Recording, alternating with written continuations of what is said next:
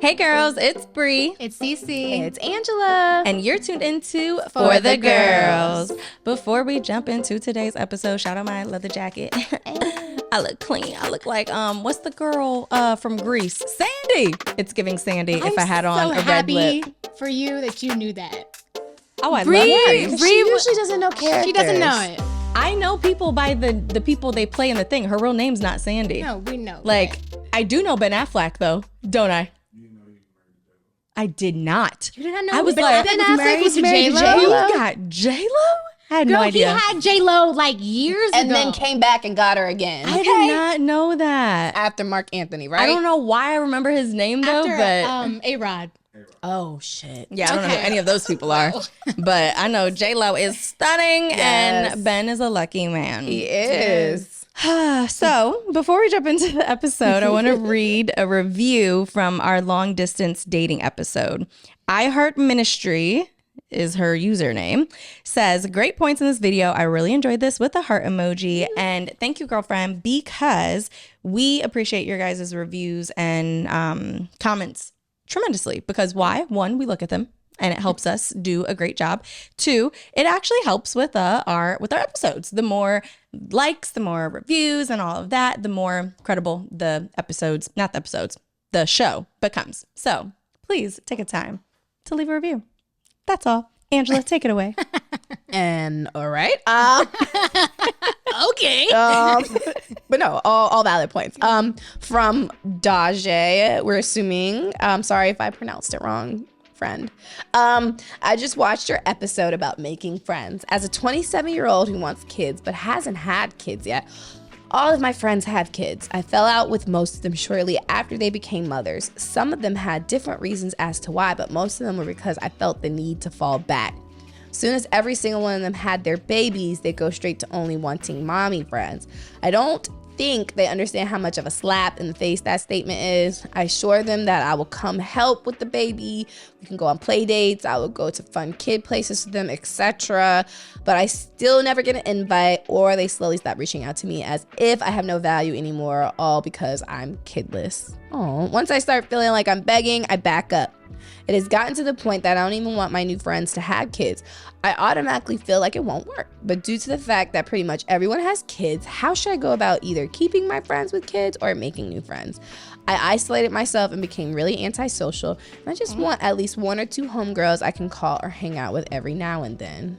Dang, I'm sorry, Daje. Yeah, that sucks. I'll definitely be able to speak to that later because these heifers got kids and I don't. So I have some experience a really with this. good thing about you, Bree, is that you love kids. You're around them. You're good with them. You're good with kids. So it's like, it was very, I mean, I met Cece through you. So when I saw Cece, I was like, give me, give her to me. She has kids. But when you would be around Alina, it was like simple because it was just like, oh, she likes kids and she'll hang out with them. So I think that's a good piece of advice you could probably sprinkle in there. Well, she said that she does. She said that she's expressed it, that she's like, I'll go on play dates. But this is what I was going to say to that statement, because it's not about you saying that you want to do all those things. And like they just said, I'm great with their kids. However, as a mom, I don't know what that's like. I don't know what it feels like to breastfeed. I don't know what it feels like to be hormonal in that aspect. I don't know what it feels like to transition with your body and to go through that pain and like to have someone that you can talk to that can relate to you. It really has nothing to do about them being mommy friends. It's more about we just went through a similar situation. And so we have a lot that we can relate to, both from the past, the current, and the future that you as a person with no children just can't understand. So there's times where I'm not invited to things and I don't feel like, oh, it's because I don't have a baby. It's like, oh, it's because at the end of the day, everyone makes time for people that pour into them and where there's this equal kind of give and take. And so as a person with a baby, I know for sure when I have a baby, naturally, I will spend more time with the friends that have babies because we would be doing the same things. We would be going through the same things. Our life would look the same. It's different to wake up as a single person and go through a day than it is to wake up with a child or two and go through your day. Just your day looks different. So damn, I missed that. Something the morning looks different. Like waking up looks different. There's nobody crawling on your face. Crawling on your face. Oh my gosh. Something that me and Cece went through when she first had Capri, I had to yell at her because I was like, Cece, you keep canceling on me. Like, not like a day before or 2 days before. It'll be like Day of. like pulling up. Like, you know what, Like, girl? I'm just not gonna be able to make it. Go. Like, I can't get myself together. The baby's doing this and this is happening. And so I had to tell her, I'm like, look, I can just come over. Like, we don't have to make plans to leave if it means that you got to get your baby together and it's a hassle and whatnot. So I know if I'm like, hey, what are you doing? She's like, nothing at the house. If I'm like, can I come over and spend time with you and Capri? She'll be like, sure. But to be like, hey, girl, can you get together for drinks at 7 p.m. and I'm asking at 1 p.m. She might say, sure. But she also might not make it. Yep. Yeah. And she might be at home with her friend that has a baby because she didn't make it to her plans either. Yeah, like so one thing about take me that into is consideration. I don't like same day plans. Like I don't like. I used to. I used to too. Like, There's just no way wrapping it's your just brain it's around. not practical. Like, where am I gonna put Alina? I have to let her dad can't- know to do this. Like, right. it's just and like my husband and I have like a respect thing. It's like we don't like just pour it onto like the other person. Like, oh, by the way, I'm gonna go out and get hammered with my girl and watch the kid. Like, no, like so like same day plans don't work. But I will say, from my perspective, because I do have mommy friends and I do have a lot of single friends who aren't married, and I have girlfriends who are married who don't have kids. So I can kind of see all sides. So I'll give you like a perspective from like your friends. It is tremendously easier to just naturally gravitate towards someone who is in a like position as you. So like Angela and I do spend a substantial amount of time together simply because we both have daughters. We both have daughters around the same age who have same interests. Our husbands' birthdays are literally a day apart. Their birthdays are like a few days apart. Like, so it's Oh yeah, the daughters. girls. Yeah, I their mean, birthdays we always are talk 2 about days that. apart. right. Our daughters' birthdays are 2 days apart because they were both conceived around our husbands' birthdays. Y'all nasty. So naturally, Angela and I have a lot of similarities. So it is naturally just a little bit easier to kind of gravitate towards her. However, I tremendously value and want to nurture my other relationships with my friends. So like with Bree, you know, we don't always just, you know, Bree wants me to. It's funny because whenever Bree comes over my house, my daughter's never there and she gets so pissed off at me because Bree wants to just come over and see the baby. And I'm like, but I'm here. And you're like, I don't care. Like, where's Capri? I care. No, I know. But she wants to see Capri.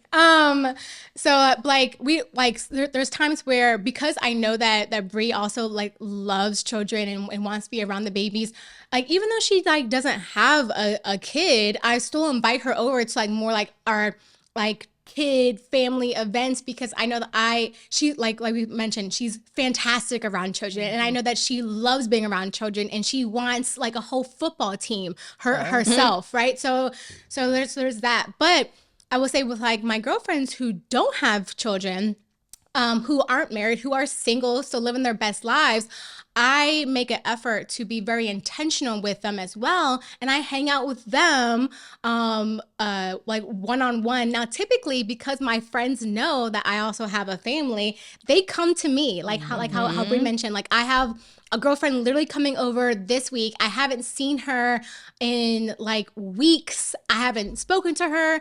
And she just like hit me up. She's like, hey babe, miss you. Want to see your face. She's like, can we get up this week? I was like, absolutely. We can either go out, you come over. She's like, what's easiest for you? And I appreciate that, because she understands that I'm at a different place in my life than she is. That doesn't make me better. It just makes me different.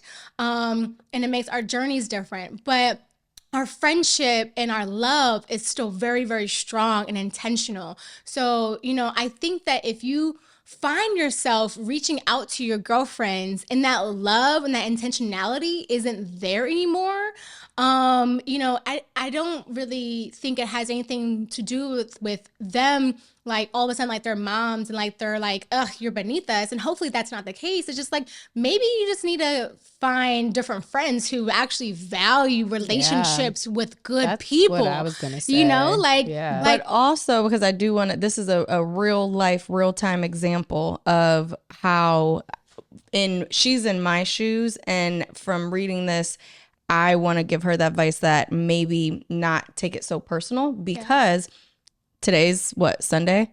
Monday, these heifers got a what you call it, play date scheduled. I was not invited. And when I found out about it, Angela told me about it, and I didn't say, oh, well, I'm going to ask if I can come, because in my head, I thought they are getting together to spend time with their daughters and to hang out as mommies, because again, I understand that there is a level of separation or distance or difference because I can't relate to certain things. The last thing that I need to be doing is being over there with their kids and them talking about my life crap when they just want to get together and spend time with their daughters and do mommy stuff. So it's like, don't take it so personal. Allow time for them to do their own thing. And maybe instead of you hanging out with them every week or every month, it's once a quarter. And the thing about that is, if you don't hang out with these specific friends except for once a quarter, if you get with them that quarter and it picks up like it never left, and you feel that love and you feel that intentionality, because someone can be intentional and not be consistent to what they used to be consistent to because their life has changed.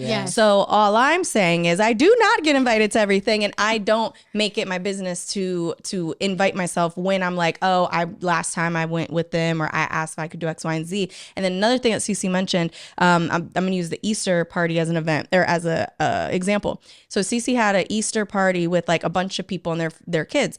I was not invited originally because I don't have a kid, and it's a kid like event. It was the Easter egg hunt. If Cece invites me, then that means all of our other friends who don't have kids would be like, well, Bree was there and Bree don't have a kid. So it's also that thing too, where if she's doing stuff with other moms, it'd be weird if it's like, oh, and let's, bring our little bonus friend, without the child, knowing that they might be talking about things that you just can't understand or relate to. So don't take it so personal. I think at the end of the day, have a conversation with them. Let them know how you're feeling. This has happened with Angela's friends, not due to baby stuff, but she had to sit down and have a conversation and say, hey, I've felt left out in this way, or hey, I want to be invited to these things. Even if sometimes the answer is going to be no, I can't, I still would like to be invited because it would make me feel good. And just do that, because again, it's not always personal, and you have to be open, because if you're telling us this but you haven't told them that, then you're not giving them a chance either to make certain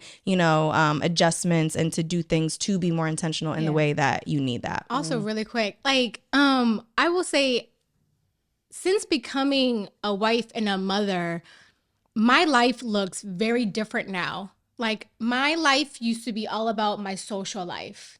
That was a really big and important factor in my life. It was definitely a high priority for me. She went from toxic Cece to outside Cece to mommy Cece. To mommy Cece. So like, inside Cece. Like yesterday, yesterday, a beautiful Saturday where normally I would be brunching somewhere, like living my best life, I was power washing my house. You know what I'm saying? Like, my life looks very different now. And so, even though like I go days, weeks, sometimes months without talking to some of my friends, I don't love them any less. And I hope that they not I hope, because I know my friends and I are very close. I know that whenever I see them next, it's literally like we never left off like on any bad terms. It was like we picked up right where we left off. But like I'm in the house a lot more. I am at home with my family a lot more because they are my priority. It doesn't mean that I like love Bree any less. I don't love you any less. But like I'm at home. I'm at home with my family, and I know that has been an adjustment for a lot of my friends, especially like in the beginning, because I was like the very single, very outside friend who was like loved a good time, and now I'm not that anymore all the time. I might have like a couple weekends every now and then. And it's like, oh, Cece's back. I have a side note, and then I want to throw it to Angela, because you have a different experience with, like, I think you were one of the only people in your friend group to have. But I just thought about this and I was like, ooh, try this. So we have a group chat, and in that group chat, it's all of our like main homegirls half of them are married, half of them are single. Some of them have children, some of them do not. And what Three I of would us, say right? is when you go a long period of time not physically seeing somebody, I do think that the group chat makes us all feel very connected. Always, because we always know like updates and things that are going on, and especially for your mommy friends, like there's nothing more that we love than resending stuff of each other's of y'all kids and and you know, like sending stuff like, oh my god, look at this, did you see this, look how cute Brie is, and stuff like that. And so maybe if you're not in a group chat with them already, that could be a way for you to feel a little bit more connected. And when they're making plans, if you just say like, hey guys, when you guys make plans, can you at least just put it in the group chat so I have the option of like attending? But understand, again, don't take it personal if you don't get invited to certain things, but maybe offer that up as a suggestion because it will make you feel a little bit more connected. Right.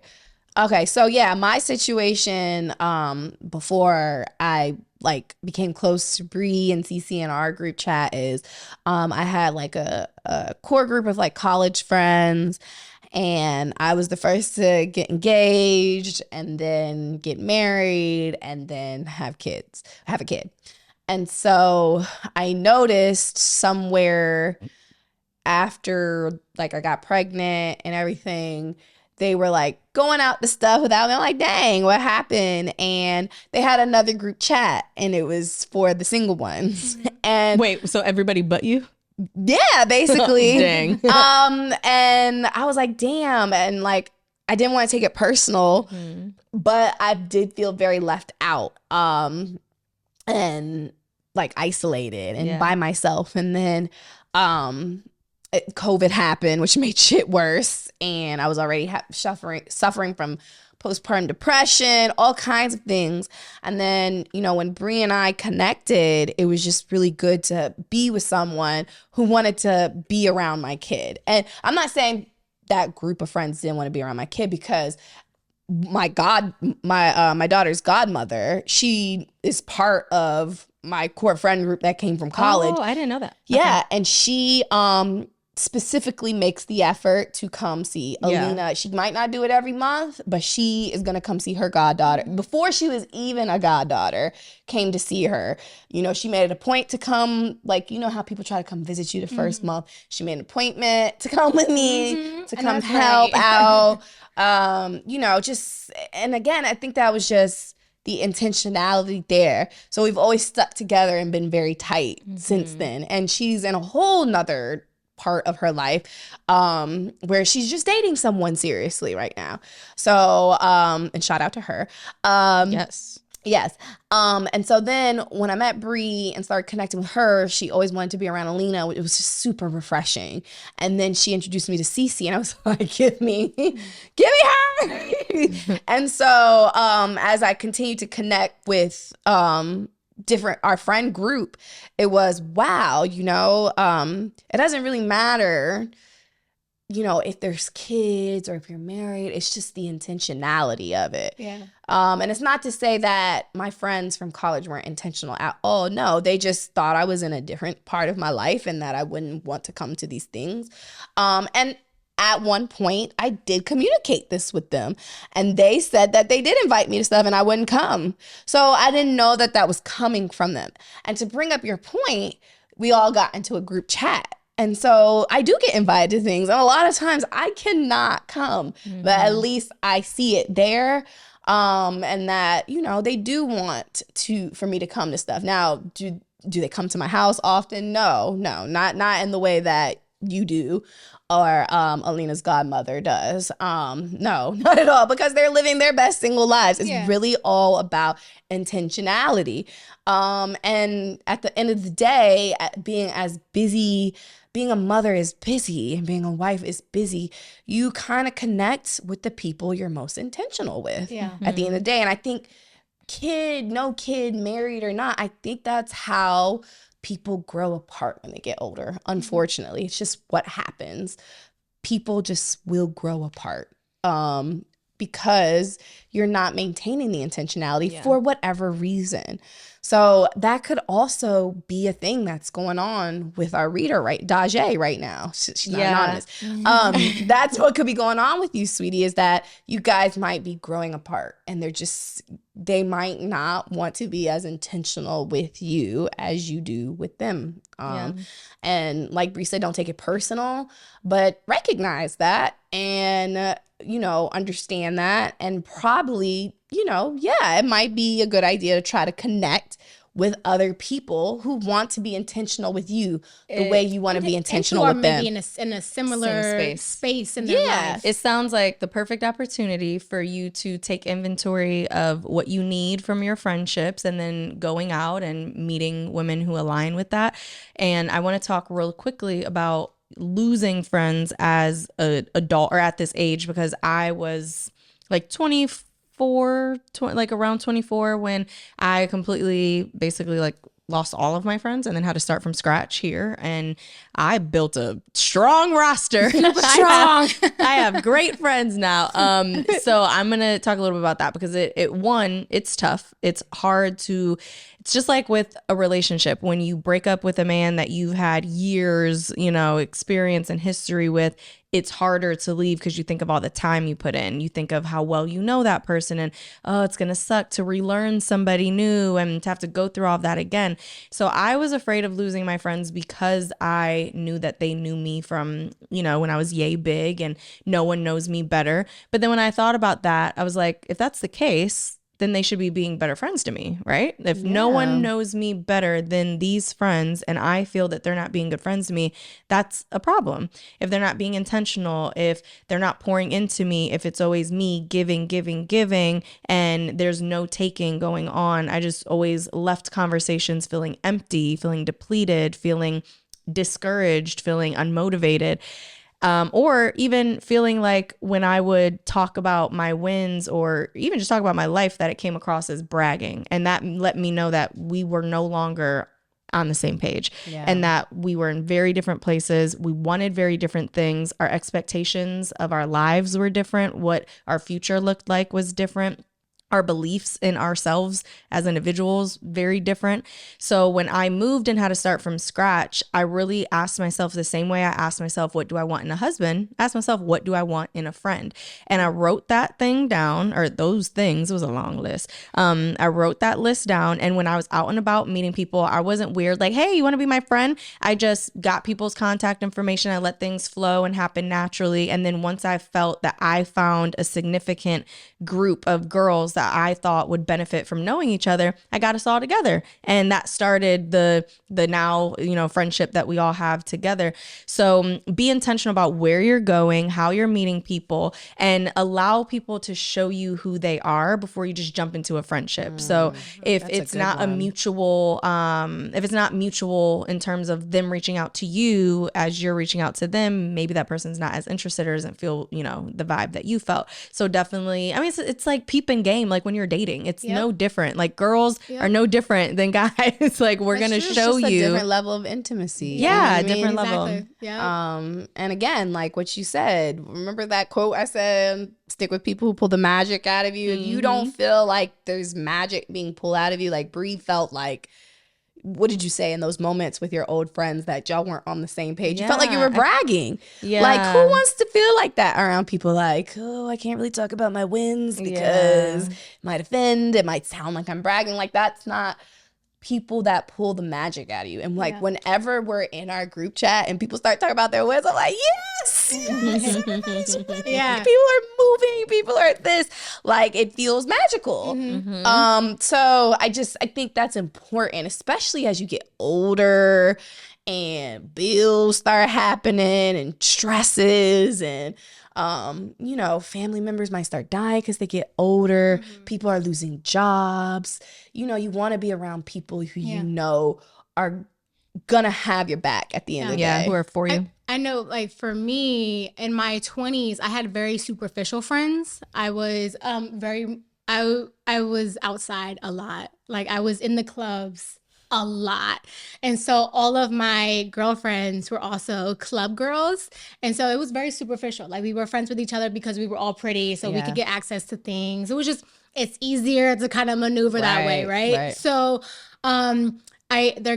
there got to a point in my life, in my mid to like later 20s, when I was like 27, where I was like, this shit is empty. I was literally in a strip club and I was like, this shit is whack. This is empty. Don't you hate when it hits you like damn, this whack? I mean, at the time I was drinking Hennessy, right? Like everyone else. But now everyone drinks Casamigos. That's neither here nor there. Anyway, so I was in the strip club. I was like, this is whack. Like, I got to change this. Like, I've been doing this for way too long now. I have nothing to show for it. I'm empty on the inside. Like, I'm over this. And so from that day, I actually like just like silently just kind of like started falling back from the girlfriends that I used to hang out with, and I actually you didn't hear from them. I mean, over time, you just don't hear from them anymore because they're going to continue to do what they want to do. Yeah. And obviously the relationship wasn't super intentional because when I started falling back, they weren't like, "Hey girl, what's going on?" It was always like, "Hey girl, like what do you do? What do you get into? Can you hit up so and see if they can blow?" You know? Yeah. It was very transactional. And I actually started falling back, and I actually didn't have that many friends for quite a while. And I knew that I wanted to get into different spaces. I didn't want to be in like that environment anymore. So I started going to a bunch of like personal development seminars. I actually started, I didn't know it was network marketing at the time, but I like joined like a network marketing company. It was like, that's how they get you. I never know. I didn't even know what network marketing was. I very quickly found out. But though in that environment, isn't that how you met Tennille? I met really good people out of that. And like I met Tennille. Tennille introduced me to Bree, and Bree introduced me to like all the girls. Bree is such like a friend matchmaker. And she's not like a couple matchmaker. I knew that was coming. But the friend matchmaker, you're really good at it. So I say all this though to say like, you know, there's beauty in when you see that a relationship is no longer serving you, whether it's a friendship or an actual intimate relationship with a partner. That there's beauty in stepping back and then reassessing where you are, how does it look, how do you want it to look, and then you start to make the necessary changes in order to get yourself in alignment with ultimately how you want your life to look and feel. Because if I didn't have that epiphany in the strip club that night, you know, who knows where I'd be right now. Probably not sitting here talking to you guys. That's what I'm saying. Like, I think Sean had the same thing. So I didn't have what you got, but Sean talks about a lot. Like, he said the moment he started dating me, all his friends went away. And then he got married, and even like his groomsmen like disappeared too because they're all single. Like, and it's tough. And then he was friendless for a while. We were both a little like not depressed. We just had each other, which was beautiful. But then, you know, Sean met Dre, and, you know, Sean met the other boys in the group, and he's like, damn, like I got friends again. Like, you know what I'm saying? But he's proud to be around this group of men because they're married and they want to make the right choices in their marriage, and they want to be good dads, and they want to provide, and I don't know what else they talk about. I know they talk about basketball a lot and shit. So like it's sports. I don't know what they be talking. I don't know what y'all be talking about. But I know that that's like it's important to him to be able to have that. So imagine if he was kind of still in the group with the single niggas. Like sometimes he listens. I won't call this person out, but to a person he sees often, to fix something on his head. I don't want to like put that person out there. But this person is with a woman and is always cheating on her. He always comes back and tells me, and I'll be like, damn. I was like, and the thing is, I'll be like, Sean, do you help him out? Do you give him the right advice? He's like, I mean, he's not going to listen to me. So, because they're not like-minded. So he's like, what's the point of holding him accountable? He's not, they're not like-minded. So it's just a different, like, it's a different feeling to be around people who, like, I want to be faithful to my husband and my wife and be a good dad and be a good mom and do. So, I mean, I think that's key. And I think that happens when you get older. You outgrow people when you outgrow phases, unfortunately. And I think what can tell whether that person is going to make it through all those phases and be a true friendship throughout whatever time in your life is the intentionality. Because I know there's a lot of people who've been friends since they were like 3 and friends and now in their older age. And like I said, I keep bringing up Alina's godmom, totally different stage in life than me, but we've known each other since our early 20s. And it was the intentionality in her. Like, and that's why I was like, okay, I wanted someone to be Alina's godmother that I knew that was going to be around no matter what, who could give her the spiritual advice, take care of her if I wasn't there, help support her dad if I wasn't there. And that's who she is. So, and I'm going to do the same for her. So like, I think that's the friendship that will withstand the test of time, is someone who is truly intentional about you no matter what phase in life you are. Yeah. There's nothing worse than empty conversation. Like, I remember being on calls and just being like, I would start zoning out just listening because what they were talking about was so like toxic and like so not of interest to me, like something that I just didn't want to consume my time with. And just being like, oh yeah, okay, well, it was good catching up, and kind of feeling like I just completed a chore, you know? Yeah. It's almost like when you're dating, like sex and kissing and going on dates, that shouldn't feel like a chore. It shouldn't feel like something you have to do. It should feel like something that you like to do or want to do. And when talking to your friends feels like a chore, that is what did Dre say the other day? He was like, I'm gonna sign. start calling Sean every day like y'all do, talk about y'all's day. Like it's like a relief sometimes when I call y'all. Like, like da da da da da, and then listening to y'all's problems, and then hey, in the background, like what y'all doing? Da, da, da. So I think it's like it will eventually grow with another person if the intentionality is there. Yeah, it's a tough one though, because again, losing friends can be tough. But let's answer the question from the mommies: is having mommy friends, like, is that a real thing? Like, do you think that when you have a baby, is it an obvious thing or an immediate thing where your friends without babies get pushed to the back burner? I'm gonna say yes, very, very bluntly. You know, it's funny actually. So, my husband had like a very unplanned pregnancy pact with 6 of his buddies.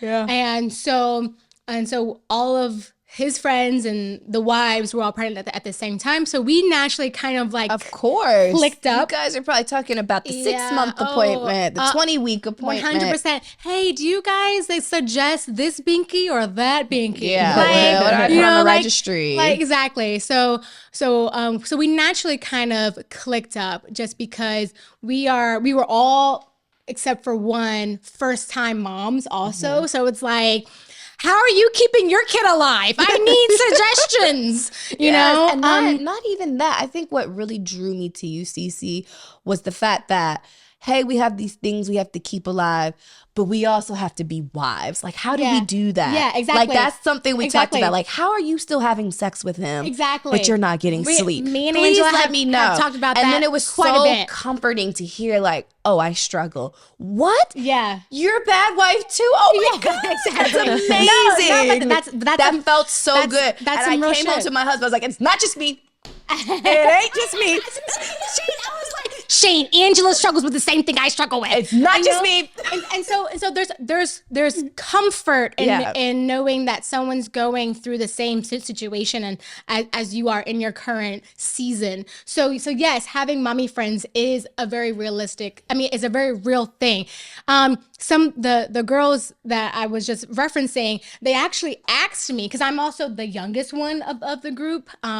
So like they're all about 6 years older than me. And so they know that a lot of my friends don't have kids. I at the time I was the only one with a kid in our group except for Barbie. But Barbie's son was older, much older. right, And Tennille, because Tennille got and Tennille, yeah, grown also kids. much older.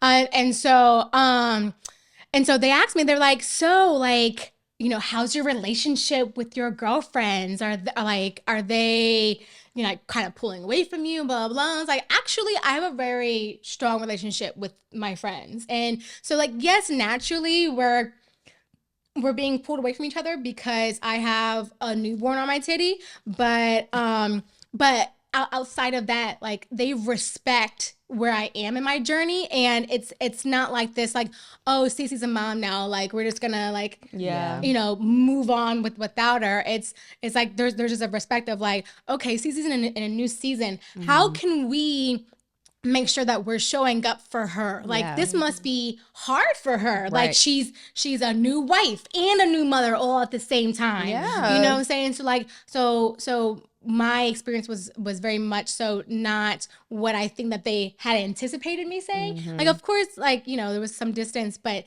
not necessarily because it's like we just can't relate it's anymore. that intentionality. Like I keep bringing up Alina's godmother. She had no idea what I was going through. She had no boyfriend, was not engaged, no man, no kid, no nothing. But she was there, like, every step of the way. Even when during my depression, like, phase, like, when I felt like there was no one there would go Cece popping up. You know what I'm saying? So, like, that it shows, like, mommy friends is a thing, and that I almost feel like it's a sorority you come into after you push the baby out. Yeah. Like, it's like, where the mamas at? It's like it's you just so much, like, you talk about daycares, you talk about activities, right? Don't forget this sign up is at 10 a.m. on this day. Yeah, it's like it's a support group, and it's very much needed, because really, honestly and truly, motherhood is, you're the mom, but it's supposed to be a village of moms helping you. It's supposed to be a lot of people helping mold the next generation.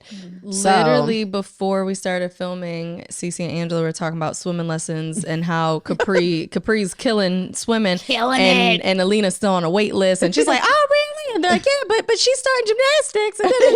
So it's like, yeah, and I'm over here like, I like to swim.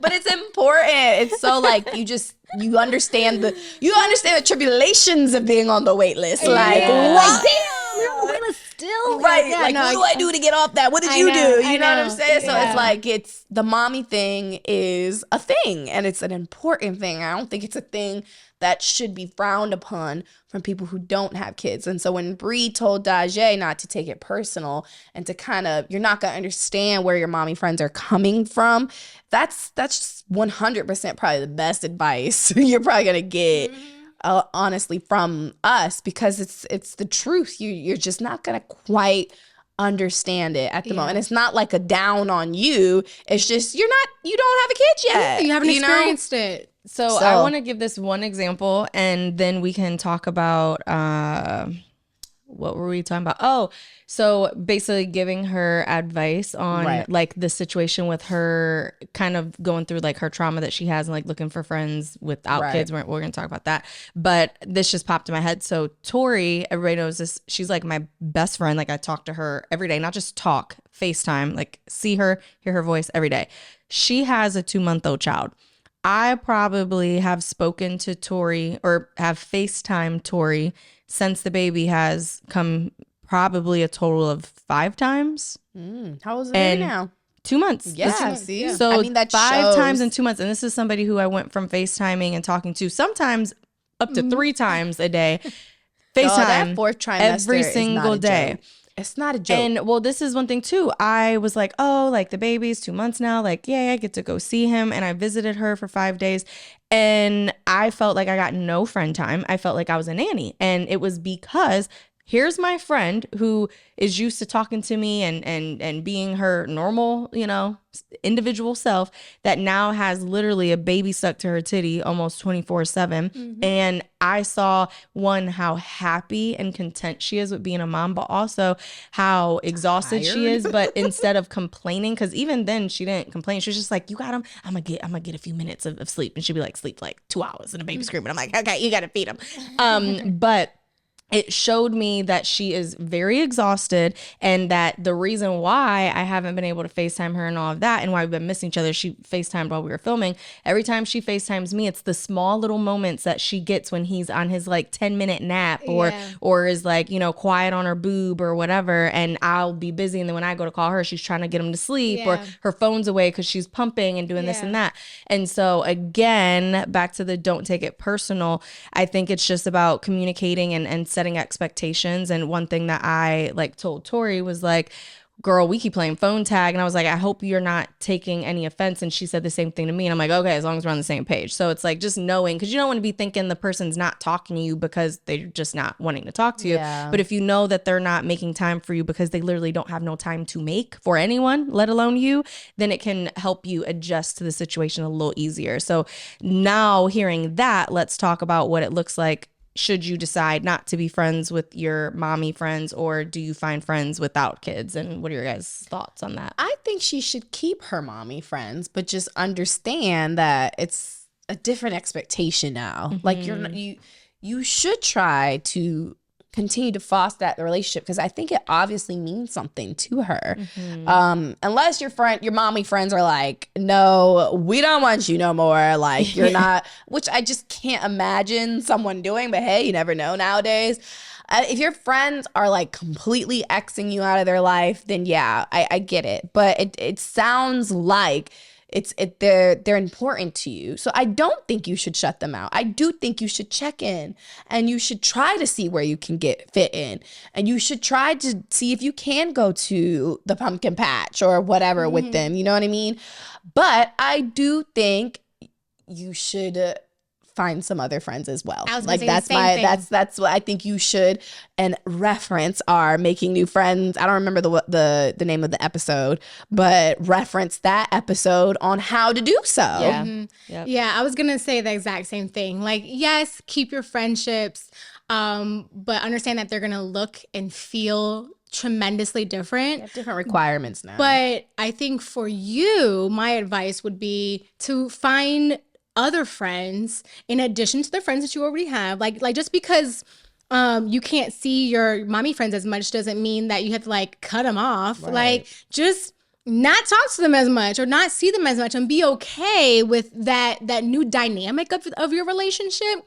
But also find new friends that are in the same space as you, where you guys can talk about the same things. I think that's really important. You know, I have seen some of our friends in our friend group who are still very much so single with no kids. They've made new friends, and it doesn't mean that we're not friends anymore. You know, like, so I think that you can absolutely do both. And I think that for you, as you continue to grow on your journey as a woman and start to enter different spaces, you never know when, you know, there will be a time where it comes full circle where you will need your mommy friends for advice. Yeah, where you're the mommy to friend. lean on, you know? And you got number single friends, then you're going to be like, shit. Exactly. You know? Then you're going to be in those, the women you're talking about right now, you're going to be in that position. Yeah. So, So I think you guys definitely summed that up. The last thing that I'll say that could be a good tip is for the mommy friends, something that you could do to show your intentionality and your interest and your commitment to the relationship is find something that would make sense for your friend and their kid, and be like, hey girl, you know, I found these tickets for such and such, and offer to like pay for the tickets or something like that. It could be like a pumpkin patch or hay riding or face painting, petting zoo. I don't know how old the kids are, but find something and be like, hey, I found this. Would you and your kid want to go? Like, I don't mind like getting the tickets and like picking you guys up. So something that like makes it easy on them and shows like, oh, that's so sweet. Because then in that case, if they say no, they at least gonna invite you over, because that would be rude. So if they say no and don't invite you over, if your friends are rude, then well, you might want something. Find some new friends anyway. But it sounds like she's already kind of sensitive to being like pushed to the left a little bit. So, you know, again, continue to heed. Don't take it personal. You gotta probably decipher between they're being rude or they just really. They're busy, you know? It's tough. Being a mommy is tough. So. Oh, this just came to my mind. Last thing. For real. So we just started this back up. We used to do Bible study once a month, and it ended up we like stopped because everyone's schedules were so crazy that it got so nuts trying to like make it a commitment. And then we finished our book, and we were supposed to find another one, and then we didn't. We just started back up doing first of the month Sunday prayer calls where we all get together on our FaceTime and we just check in. We do praise reports, prayer requests and praise reports, just like a life check-in. Maybe that's something you can do with your mommy friends is say, hey guys, you think we could pick one day out of the month where we all get together, all the kids, everyone, we go to someone's house, we all bring a dish and we just like catch up on life, because then even if they are doing stuff separate and, you know, as a group, as moms, at least this is something that you can be a part of that again is simple and easy to where you're just showing up, you know? So and it can be virtual too. Yeah, it could be virtual. I mean, that's not really fun, but yeah, but I mean, you gotta get it with it. You know what I mean? You gotta take what you can get. Yeah. So hopefully this helped you out. Definitely write into us and let us know what your thoughts are. And guys, if you have any advice, definitely leave those comments below. Make sure if you have a scenario that you want us to talk about, fill out the help a girl out on our website, relationshiprestored.com. Click on For the Girls and you'll see the form there. Until then, follow us on Instagram. Oh, look, they's about to peace out. Sorry. Brianna Ponte, Cece Costin, Angela Hanna, and of course, Relationship Restored. Peace. Bye, babes. Bye.